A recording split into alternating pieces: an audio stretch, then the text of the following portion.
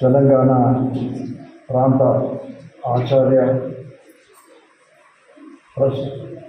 ప్రశిక్షణ వర్గ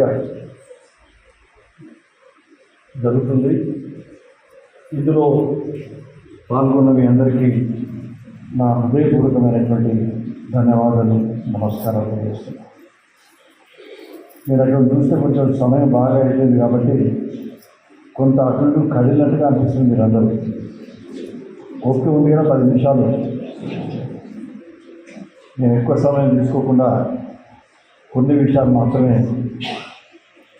చెప్పి ముగిస్తాను. ఎందుకంటే చట్టాలు, ప్రభుత్వాలు, రాష్ట్రం, కేంద్రం, గవర్నర్లు, రాష్ట్రపతి అన్నీ గురించి చెప్తే తెల్లవారిపోతుంది. కొన్ని విషయాలు మీకు తెలిసిన విషయాలనే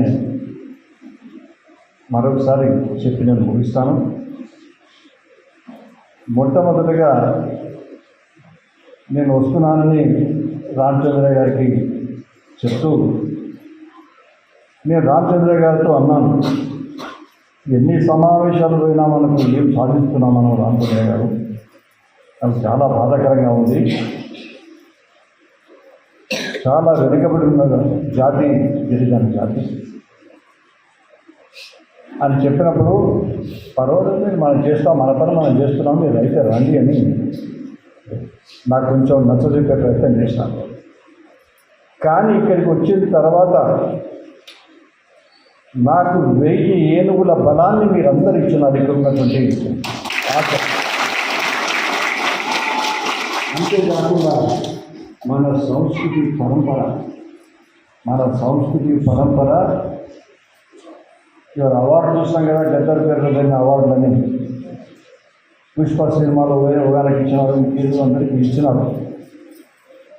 వీళ్ళందరూ సాంస్కృతిక వారసులను లేక ఏదో అని ఇప్పుడున్నటువంటి పరిస్థితుల్లో జరిగింది, దాన్ని మనం విమర్శించాలి. కానీ సంస్కృతి పరంపరను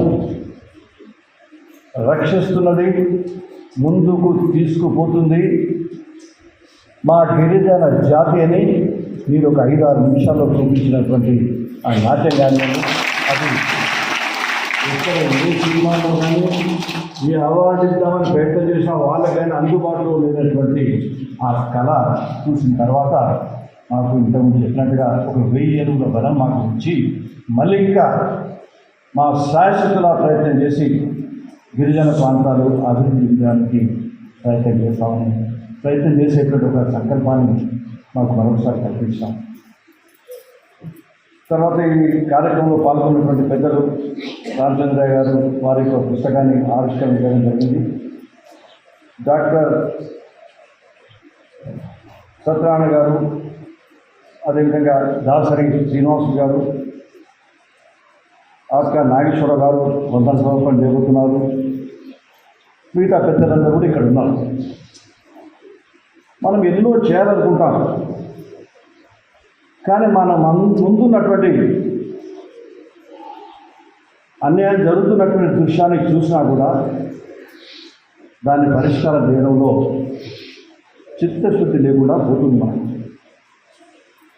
దాని కారణం ఏదైనా ఉండవచ్చు.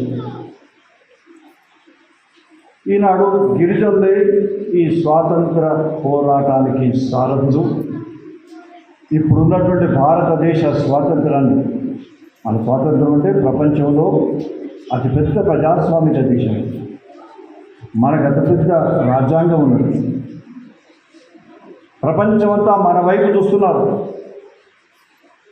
అమ్మో, ఈ భారత జాతి చిన్నది కాదు, ఇది ఈ భారత జాతి తెలుసుకుంటే త్వరితగతిన జగద్గురు కాగలిగినటువంటి సామర్థ్యం, శక్తి ఈ భారతదేశంలో ఉంది.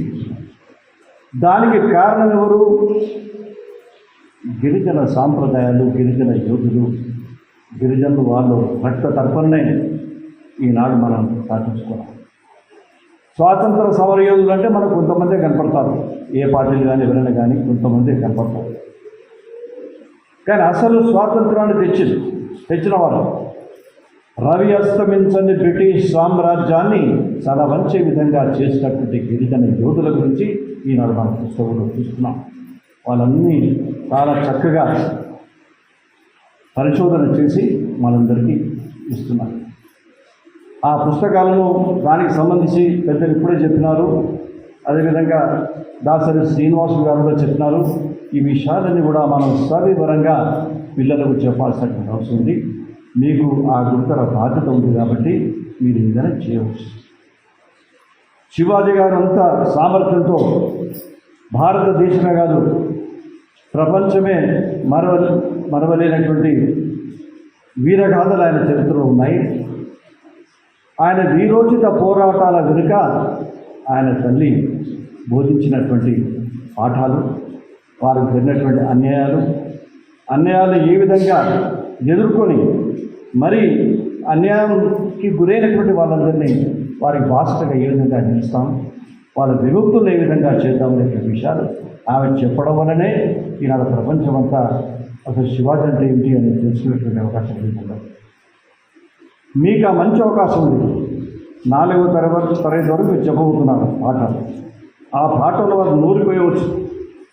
నాకు నమ్మకం ఏముందంటే మేము కూడా ఎన్నో కార్యక్రమాలు చేస్తున్నాం.